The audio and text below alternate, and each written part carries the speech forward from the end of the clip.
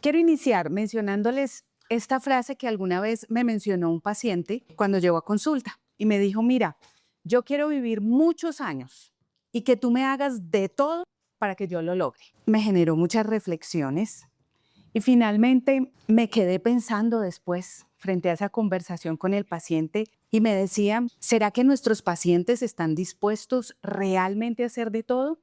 Y más allá de esto, yo quisiera hoy enfocar mucho de esta conferencia a nosotros mismos. O sea, ¿será que nosotros mismos realmente estamos dispuestos a hacerlo todo por nuestra salud? ¿Nos comprometemos con nuestra salud? Nosotros somos conscientes que cada una de las acciones que tomamos en pro de la salud toma su tiempo.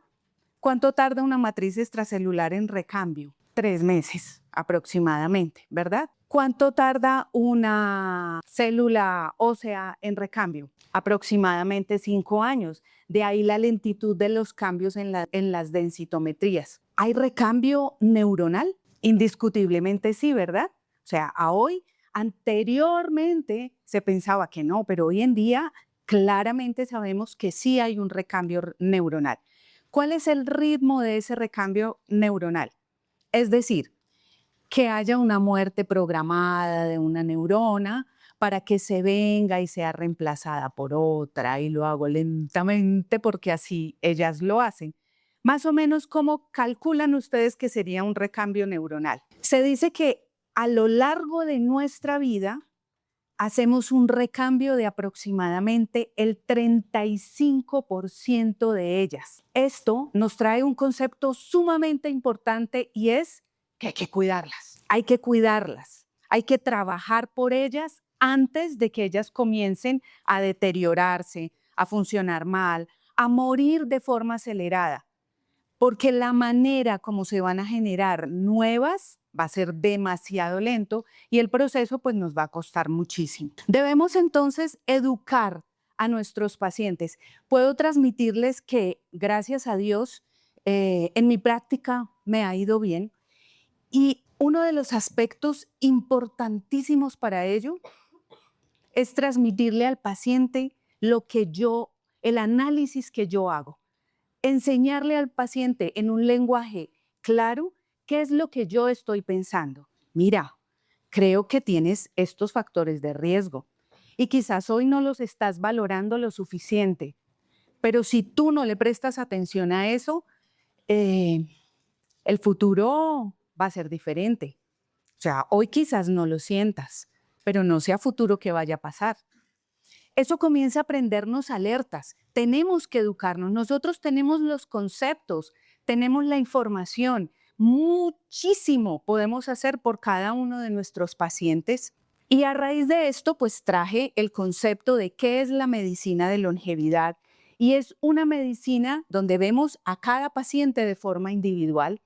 Buscamos los mecanismos que estén llevando a ese envejecimiento acelerado, a ese deterioro celular y que esos mecanismos ojalá no llegasen a convertirse en una enfermedad. Suelo decir, eso es hacer verdadera prevención. O sea, no queremos diagnosticar temprano, queremos que ojalá no llegue nuestro paciente a tener una enfermedad. Entonces no se trata de realmente cuántos años vamos a vivir, perdón, sino cómo los vamos a vivir, de qué forma vamos a vivir nosotros esos años. Las enfermedades neurodegenerativas están alarmando y alertando a la salud pública, porque cada vez tenemos más y más.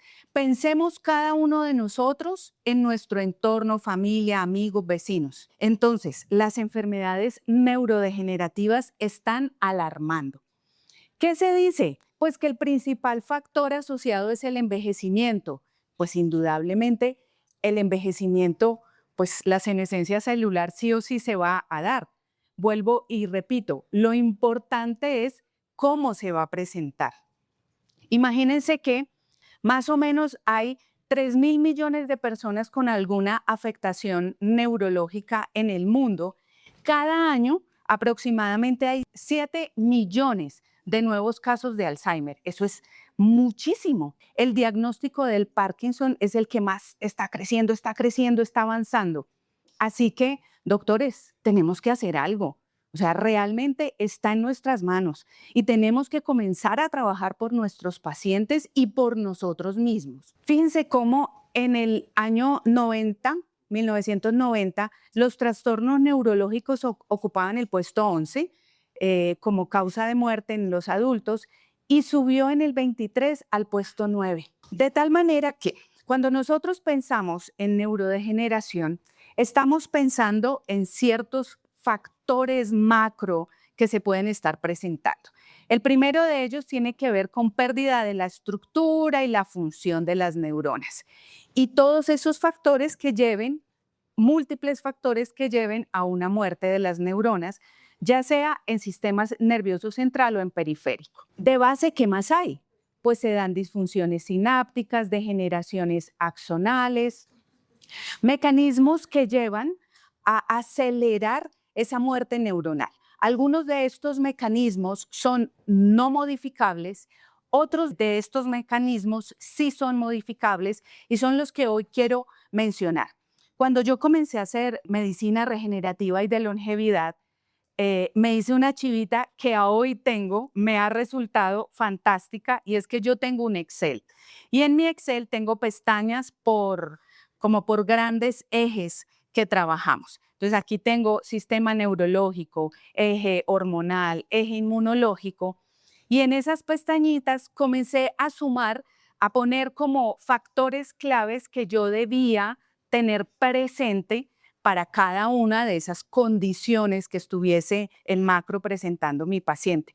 Me ha resultado fantástica, pues porque voy llenando factores y al final parte de lo que gran parte de la conferencia está enfocada en esos múltiples factores que a la hora de hacer prevención neurológica, pues nosotros debemos cuidar. El siguiente factor y muy común, pues las proteínas mal plegadas. Las enfermedades neurodegenerativas, entonces no es solo que la neurona estructuralmente se dañó, sino que tenemos que pensar que las redes neuronales también se dañaron, también se desintegraron.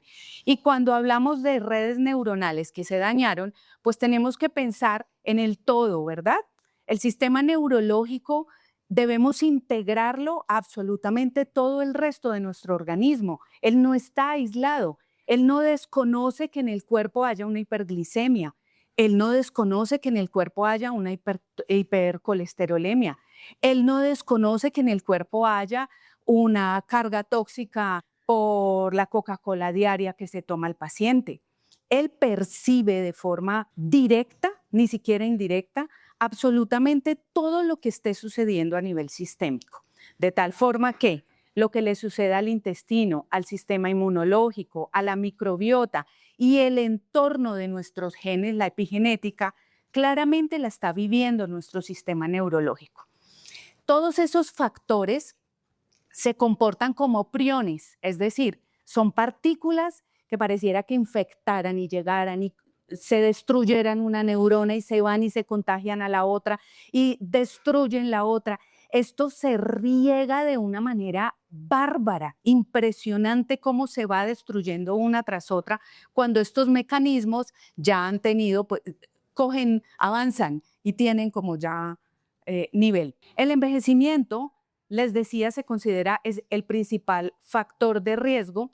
El factor genético ya no solamente es lo importante, inclusive en longevidad hemos dejado de hacer muchas pruebas genéticas porque sabemos que tiene muchísimo más valor la epigenética del paciente. Entonces, ahora hay pruebas de proteómica, metabolómica, para entender el entorno, que es donde nosotros podemos realmente actuar.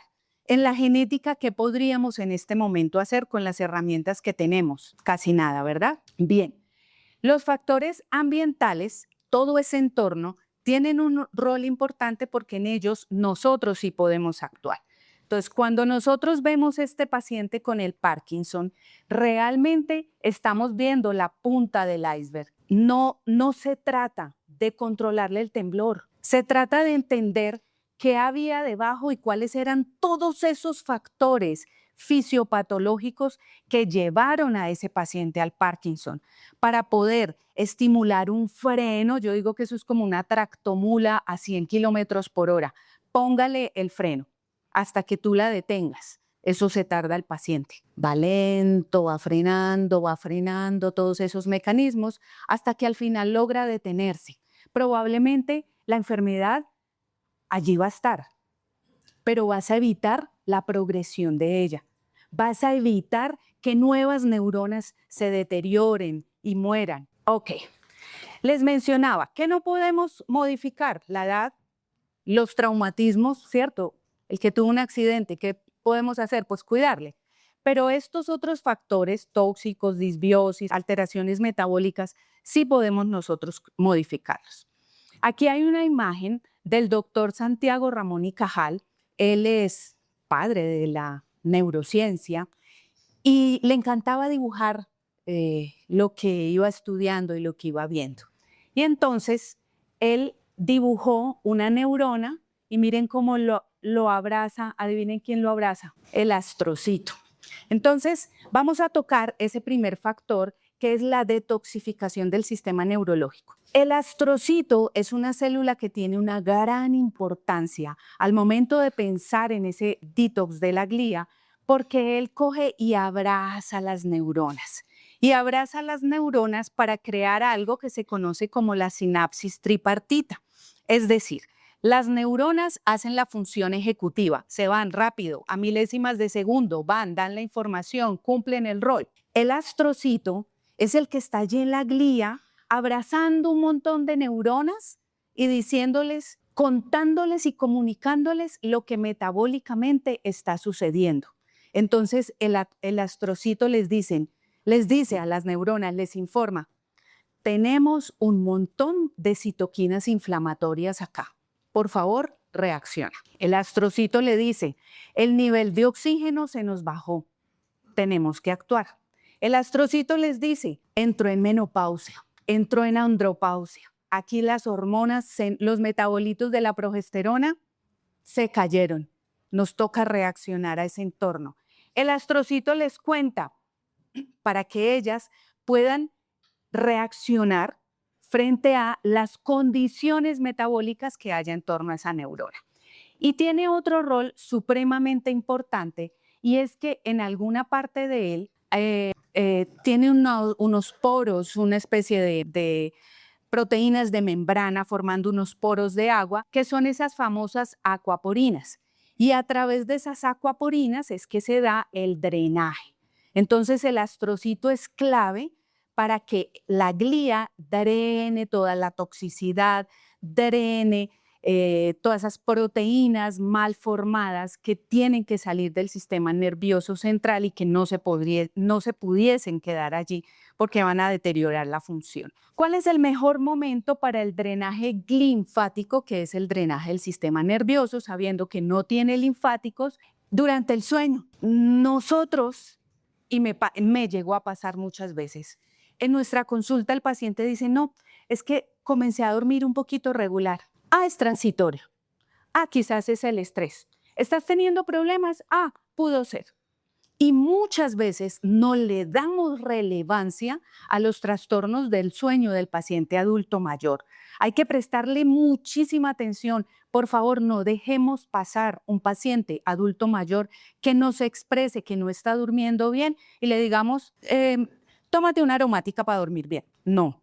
Hay que actuar con esos pacientes porque está comenzando a drenar mal.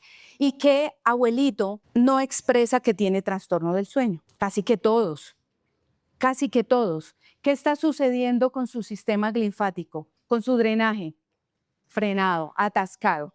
Principalmente durante la fase de ondas lentas y, como dato curioso, lo encontré en un artículo, si se duerme de lado. De tal manera que la insuficiencia linfática se ha asociado claramente con las enfermedades neurodegenerativas. Durante el ejercicio también hacemos drenaje linfático ¿Por qué? Porque se van cambiando las presiones y facilitamos toda esa salida de toxinas del sistema nervioso, y el envejecimiento pues es el malo aquí del asunto, porque va deteriorando y va frenando. Así que si encontramos un paciente con un envejecimiento acelerado, van pasando los años más, tiene problemas de sueño y se le bloquea su sistema glifático, pues seguramente el desenlace va a ser alguna enfermedad neurodegenerativa. Durante el sueño, el espacio extracelular se aumenta más o menos un 60%.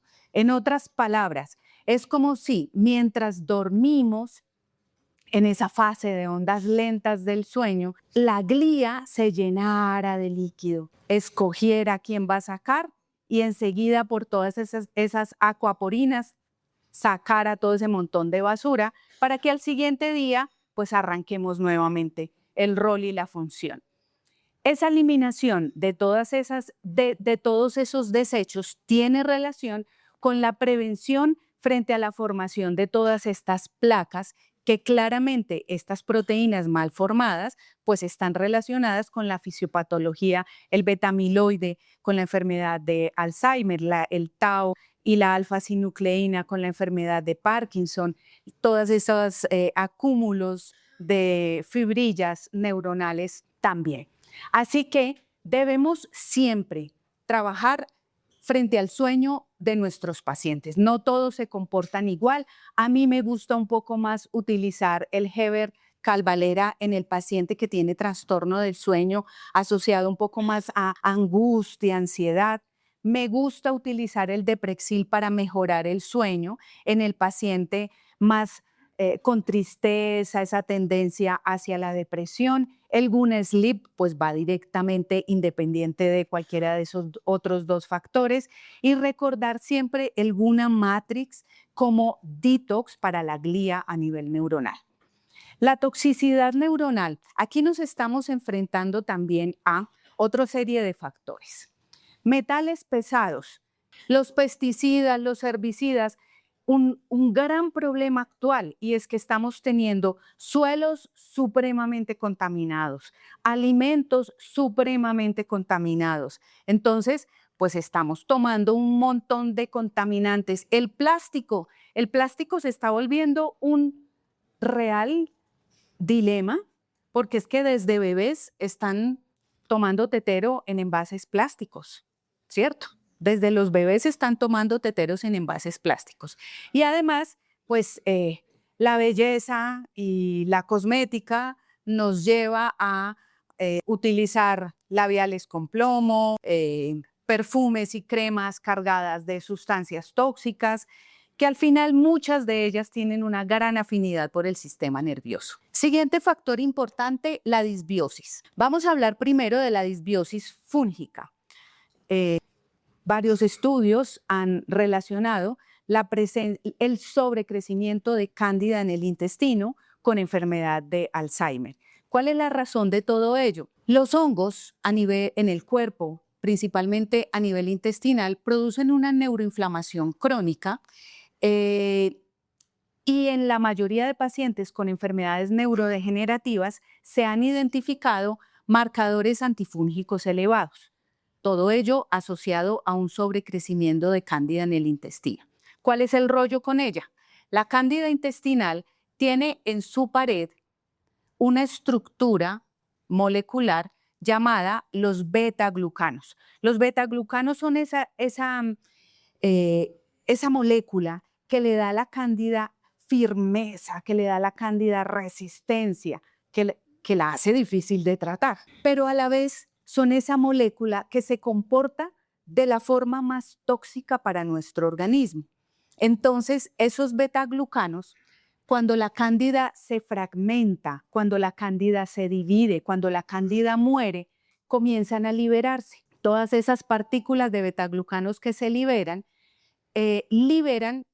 entran en contacto con una serie de receptores de membrana que los reconocen como si se comportan como PAMs, patrones moleculares asociados a patógenos. Entonces, los receptores encuentran a ese beta-glucano, dicen, oh por Dios, que aquí hay un patógeno.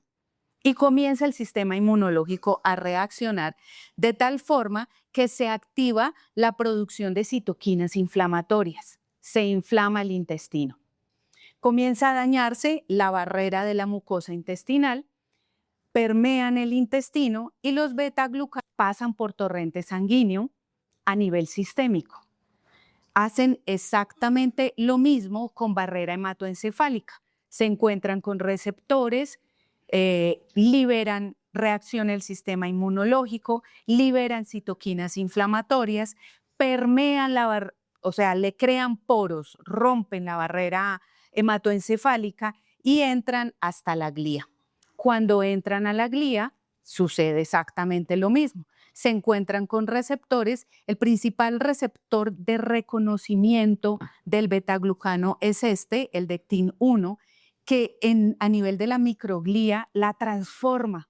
Entonces, esa microglía con ese comportamiento protector, con ese comportamiento neurotrófico, se transforma y se convierte en una microglía inflamatoria, en una microglía llena de citoquinas que tienen que reaccionar ante la presencia de ese betaglucano.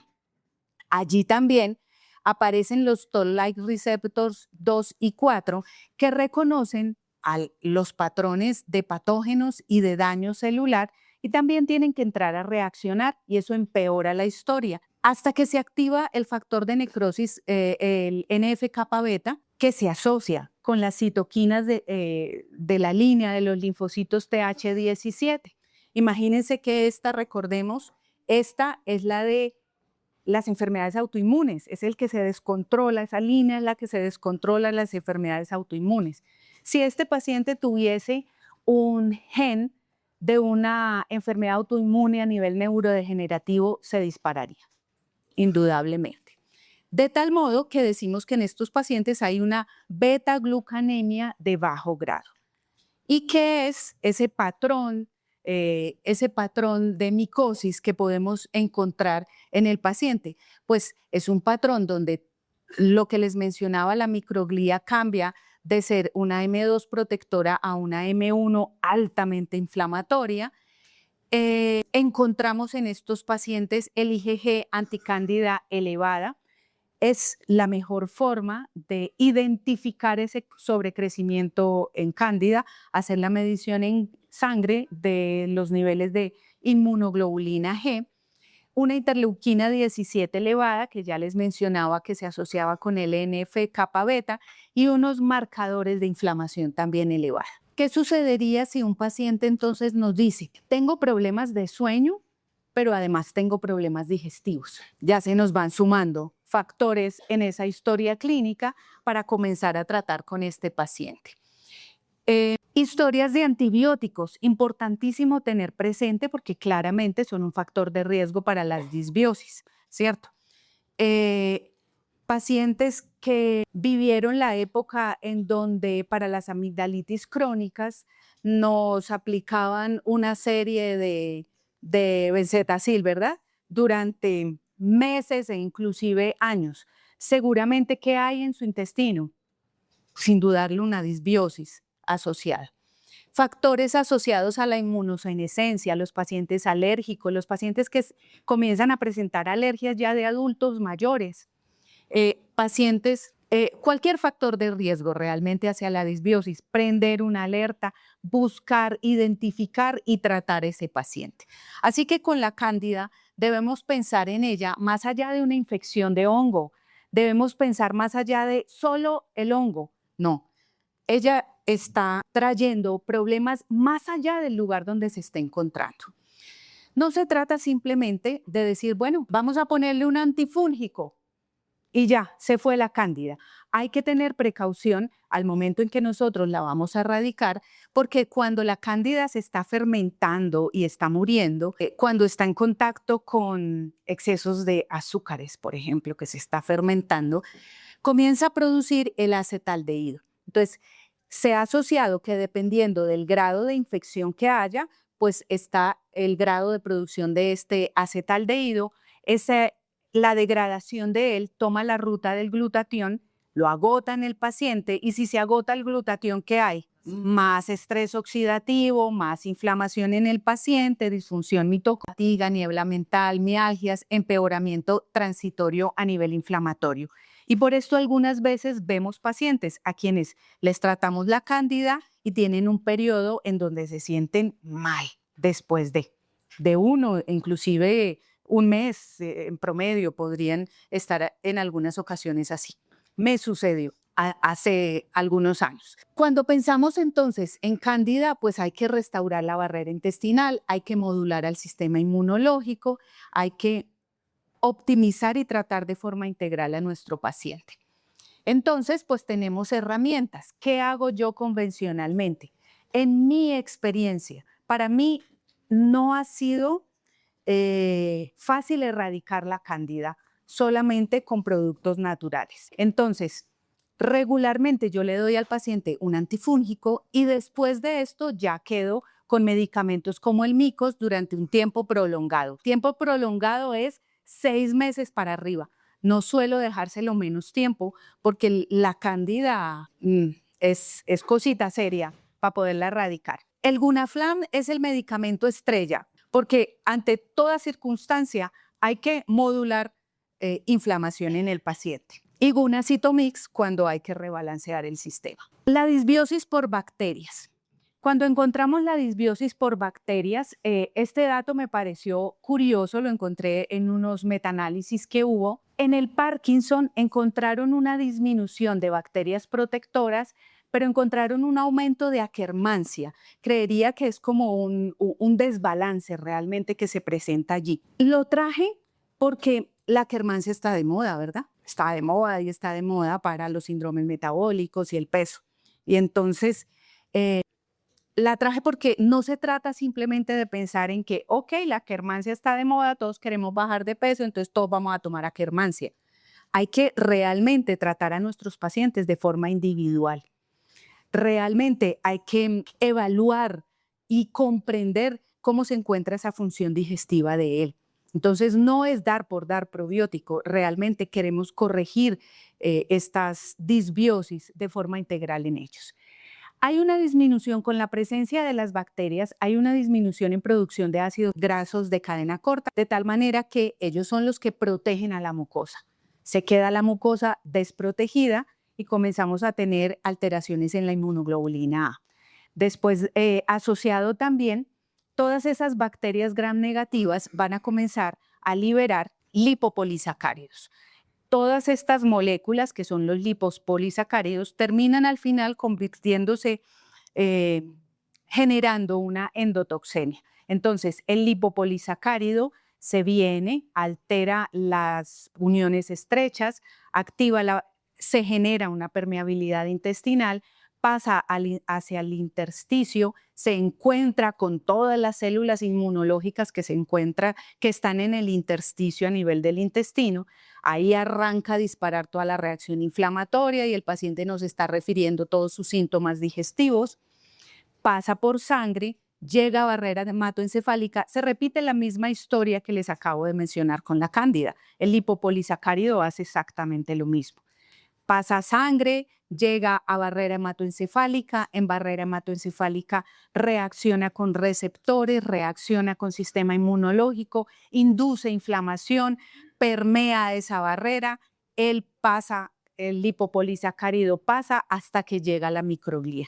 Cuando entra a la microglía, activa los Toll-like receptors 4, que son los que reconocen a las moléculas asociadas a patógenos, el NF-kappa beta, aumenta el factor de necrosis tumoral alfa y las citoquinas inflamatorias y se genera toda una cascada inflamatoria. Encontramos esa microglía estresada e inflamada. Ya mencionamos una vía que es la vía sistémica, la vía circulatoria. Pues el nervio vago también hace lo suyo. El nervio vago también a través de sus vías aferentes y de sus vías eferentes reconoce esos betaglucanos, reconoce esos polisacáridos y enseguida pues le manda la información arriba al sistema nervioso central y le dice, mire que en el intestino se está formando una batalla. porque hay un montón de comensales no invitados que se están creciendo, que no están permitiendo que los que tienen que vivir en el lugar vivan, y allá la cosa se encuentra caótica, están en inflamación en ese intestino. Entonces reacciona cerebro y se comienza a generar una alteración en el eje hipotálamo-hipófisis adrenal. Entonces, a través de vía sistema nervioso, pues también empeora la situación y empeora ese caos. Los lipopolisacáridos, aquí quiero mostrarles un poco cómo aquí están, lipopolisacáridos, lipopolisacáridos. Por un lado, activan los receptores, entran al citosol, producción de NF-kappa beta, y miren cómo ellos a nivel de núcleo despiertan todos esos genes de inflamación y de enfermedades autoinmunes. Y de otro lado, alteran la entrada de calcio. ¿Y qué sucede en la sinapsis, en la neurona, cuando comienza a entrar y a entrar y a entrar calcio? ¿Qué le pasa a la neurona? Al final está muerte de una neurona. Y de la misma forma activan el sistema de las caspasas y mire la membrana celular que le sucede. Se rompe. La membrana neuronal rota. ¿En qué termina? En muerte neuronal igualmente. Los principales receptores que se activan, el Toll-like receptor, que tiene mucho que ver con los lipopolisacáridos, y el Dectin-1, que tiene que ver con los betaglucanos de los hongos, de la cándida. ¿Qué podríamos entonces hacer al respecto? Tenemos herramientas. Aquí le hago una cuñita al resveratrol, que es tan querido en longevidad, ¿verdad? El resveratrol, no solamente por su actividad a nivel de la mitocondria, en este estudio el resveratrol actuó frente a los receptores, evitando esa acción de los lipopolisacáridos a nivel celular. Y regular las disbiosis, en donde nos enseñaban cómo los probióticos del Symbiolac ayudan a generar un equilibrio y un balance entre las bacterias no patógenas y las bacterias patógenas a nivel del intestino. Entonces, ese ambiente y ese entorno celular lo regulan muchísimo mejor. Este es el ciclo vicioso que se termina formando. Disbiosis, la disbiosis lleva a un intestino permeable, esos lipopolisacáridos o esos betaglucanos entran a nivel sistémico, producen una inflamación, reaccionan todas esas células inmunológicas, entran hasta la glía, inducen una neuroinflamación, traen de forma secundaria una disfunción autonómica y digestiva, se genera ese ciclo nocivo, ese ciclo vicioso, que al final pues va a acelerar la muerte de las neuronas. La presencia de virus acelera la inmunosenescencia y generalmente esos lentivirus están como acompañando a las disbiosis. Siguientes factores metabólicos, la glicotoxicidad, es decir, la toxicidad por excesos de glucosa.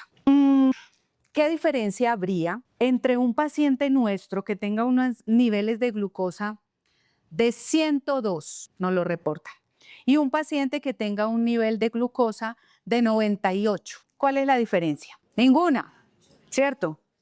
Los dos están igual de mal, ¿verdad?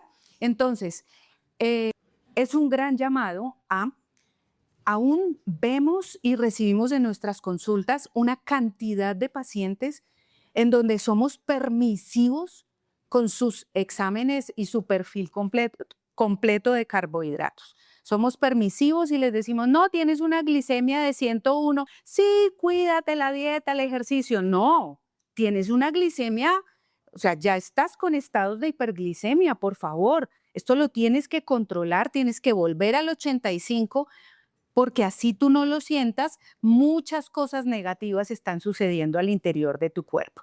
Lo mismo sucede con las insulinas, ¿verdad?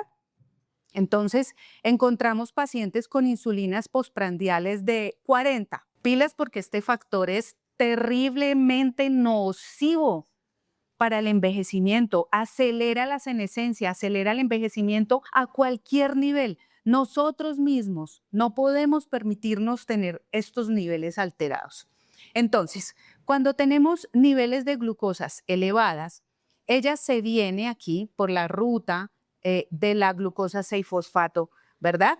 para finalmente llegar al piruvato. Y este es como el metabolismo de la lisis de esa molécula, ¿cierto? La glucólisis.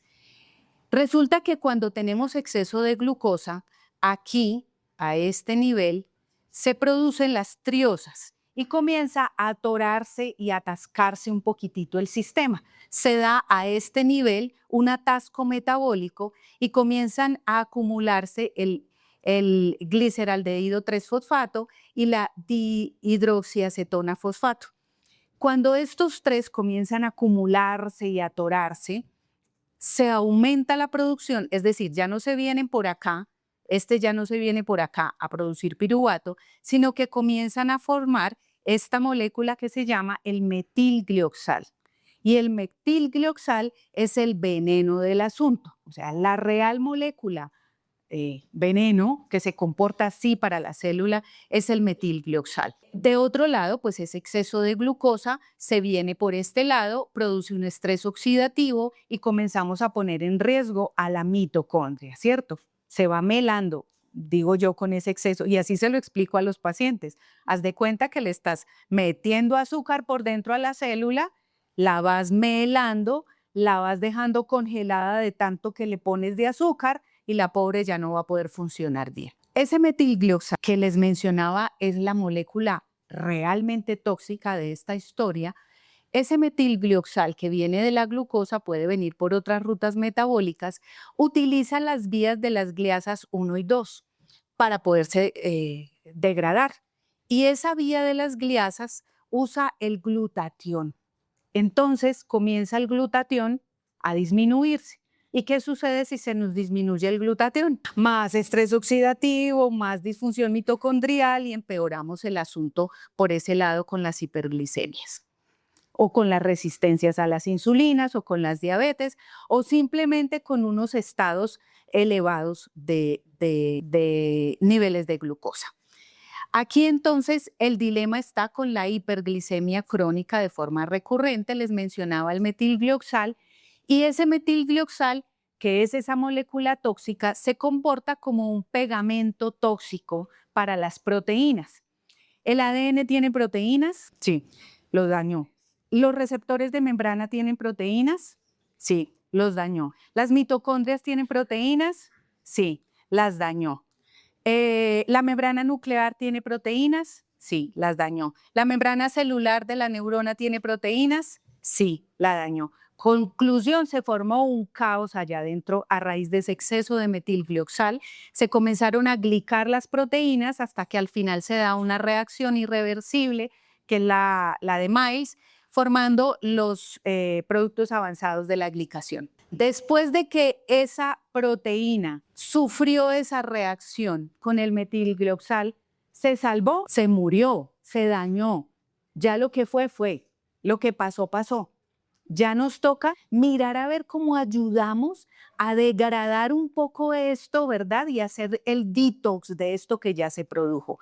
De tal manera que la principal acción de nosotros no está en degradar esto, sino en prevenir que esto se forme.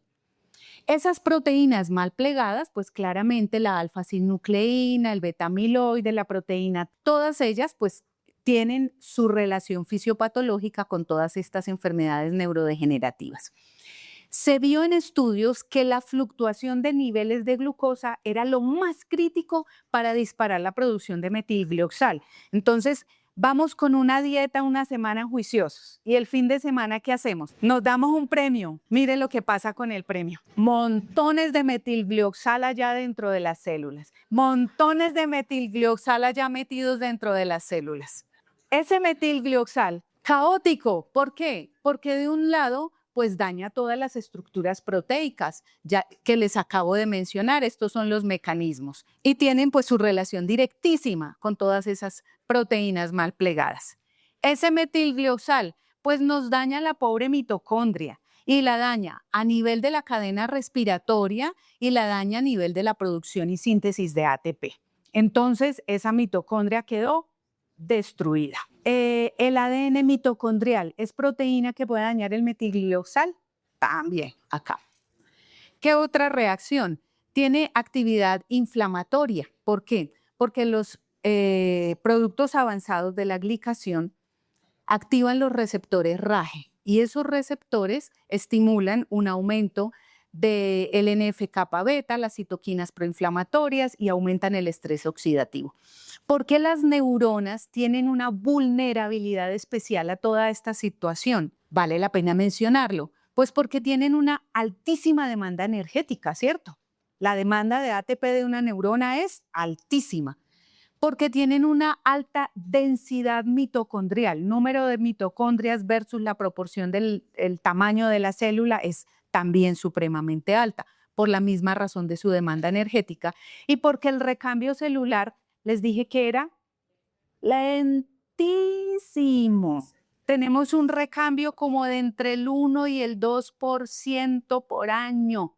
Es supremamente lento. ¿A qué hora vamos a recuperar todas esas neuronas que se mueren? ¿Cómo las vamos a recuperar?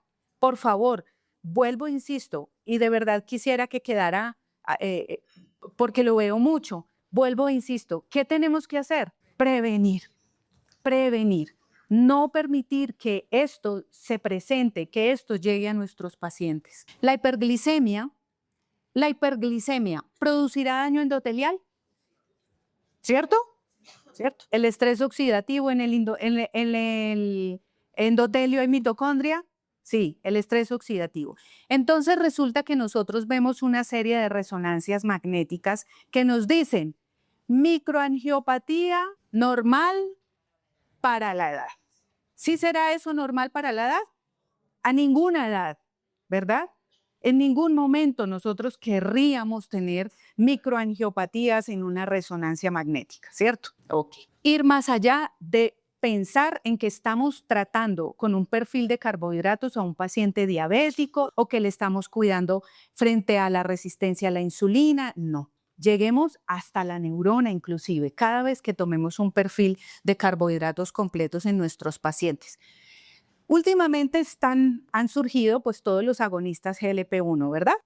Que están tan de moda. Nos han ayudado bastante en este aspecto porque ellos han hecho muchos metaanálisis, dentro de ellos tomaron 700 pacientes con enfermedad neurodegenerativa, la mayoría de ellos estaban con Parkinson, e identificaron que cuando utilizaban los agonistas GLP-1, que es lo mismo que nosotros hacemos con todas las otras herramientas que tenemos, nivelaban y regulaban esos niveles de glucemia, se ralentizaba la progresión de los síntomas motores en pacientes con Parkinson. Así que en pacientes con diabetes, que ya tienen la diabetes, el metilglioxal se encuentra entre 20 a 50 veces más en su organismo que los pacientes no diabéticos. Imagínense lo que está sucediendo a su interior, tremendo. Proteínas mal plegadas, ya vimos el concepto, son proteínas que convencionalmente están en producción dentro del organismo. Simplemente la situación es que van anómalas, se producen anómalas, se encuentran con mecanismos como el metilglioxal y pues se van acumulando y se van acumulando dentro y fuera de la célula. Entonces, ellas se acumulan en la glía, se acumulan dentro de la célula, generan poros a nivel de la membrana neuronal, se acumulan dentro de la neurona, se acumulan dentro de las mitocondrias y causan la muerte, aceleran la muerte neuronal. Tenemos herramientas supremamente prácticas para el manejo de esto, como el Diamel. El Diamel igualmente porque es supremamente necesario y estamos teniendo problemas globales por esas hiperglicemias mal controladas. Bien, el envejecimiento. El envejecimiento y la neurodegeneración tienen factores en común. Es decir, en ambos hay disfunción mitocondrial, hay estrés oxidativo, hay una alteración en proteínas, la agregación de ellas, en ambos hay hiperglicemia y hay inflamación crónica. Entonces, vamos a hablar un poquitito de la inflamación crónica, refiriéndonos a la generada a partir de los lípidos. Los glucosfingolípidos, principalmente cerebrósidos y gangliósidos a nivel cerebral. Aquí tenemos un gangliósido en una vaina de mielina, ¿cierto? Si nosotros solo le vemos la forma al gangliósido, entendemos que tiene que ver con sinapsis neuronal, indudablemente. ¿Tiene que ver con señalización? Sí. ¿Con lo que se comunican entre unas y otras neuronas? Sí. ¿Con adhesión celular y el glicocálix? Indudablemente sí. ¿Tendrá que ver con plasticidad neuronal? Sí. ¿Con formación y crecimiento de formación de mielina, recambio axonal? Indudablemente sí. Entonces, el metabolismo de los cerebrósidos y de los gangliósidos pues es supremamente importante. Tienen que ver con el cuidado de la célula y la forma como ellas van a ir envejeciendo. Los defectos en el metabolismo y en el catabolismo de ellos van a activar al inflamosoma, van a generar también permeabilidad en la barrera y reacción del sistema inmunológico hacia los linfocitos T.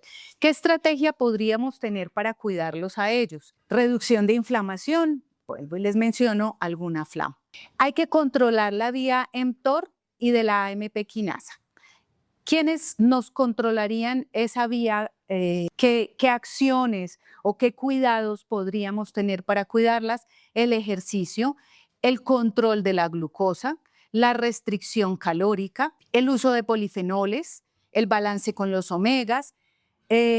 Cuando hacemos uso de antioxidantes, recordemos que hay que usar antioxidantes también para los lípidos, ¿no?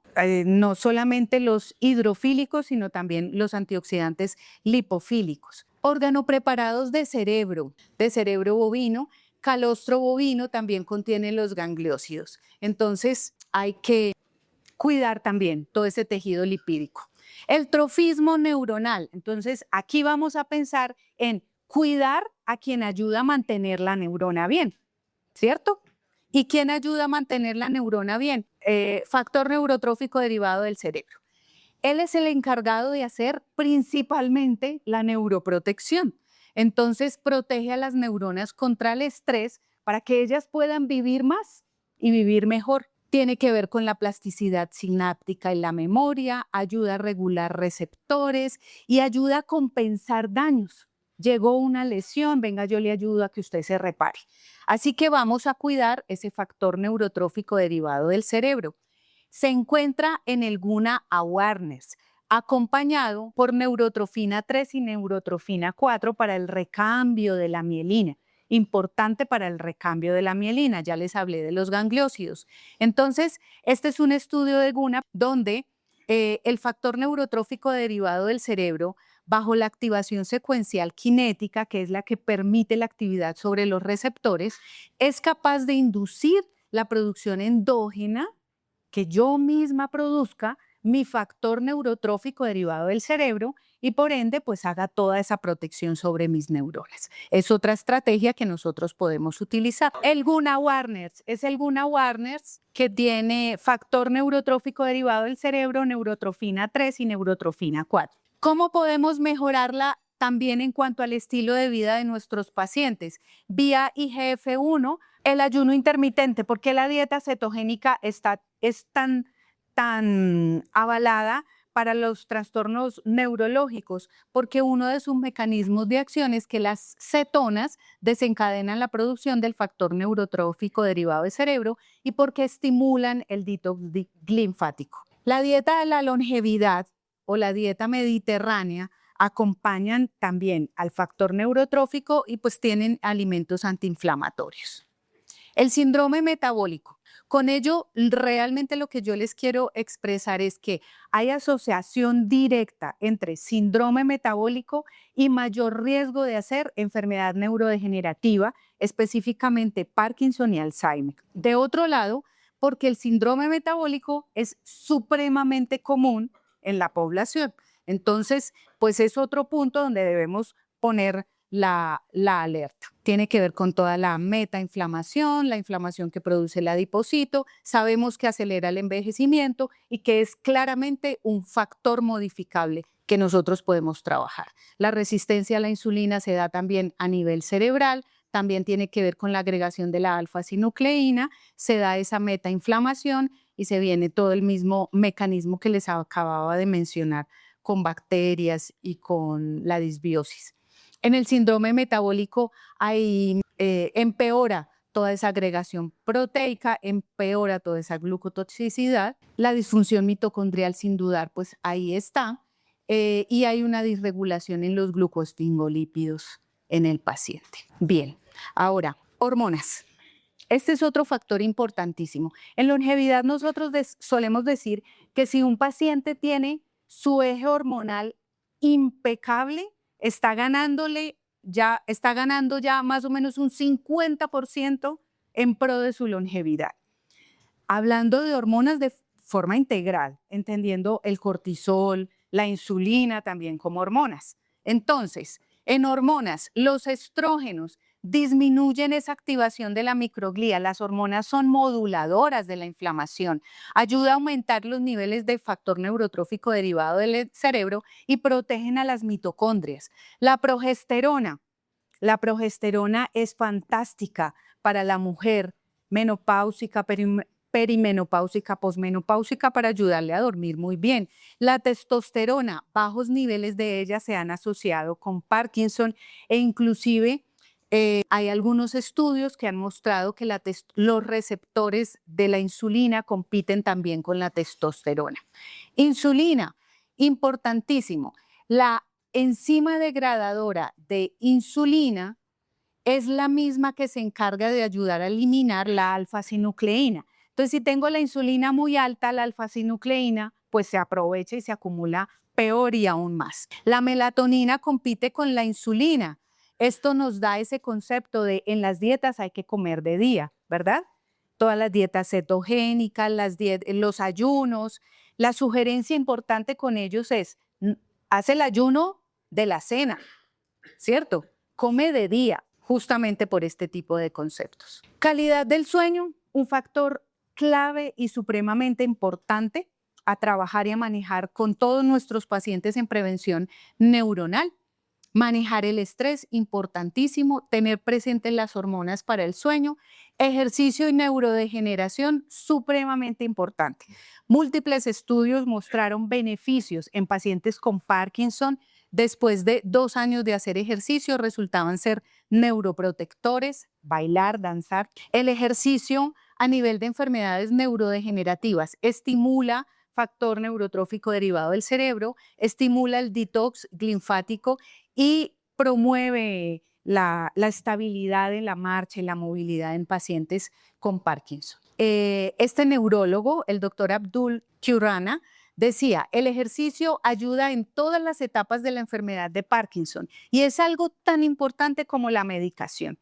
¿Cuántos de nuestros pacientes que ya están comenzando con el temblor les formulamos el ejercicio? Y vamos aquí con unos marcadores de neurodegeneración que quería mencionarles y que considero que son importantes para trabajar con nuestros pacientes. Tener siempre presente la homocisteína. Inclusive hay algunos estudios que lo mencionan como en longevidad como un marcador infaltable.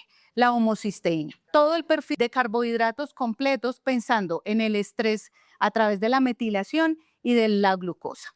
Y pensar en la microvasculatura. No dejemos a los pacientes con esas resonancias diciéndoles, sí, es que estás envejeciendo. No, hay algo crítico que está pasando en tu cerebro y hay que ponerle cuidado. Moléculas como el óxido nítrico pues están tomando cada vez más auge a nivel oral para hacer este tipo de protección. Factores metabólicos, pensar también en los niveles de HDL, en los niveles de omega en nuestros pacientes, marcadores de inflamación, importantes tomarlos en los pacientes.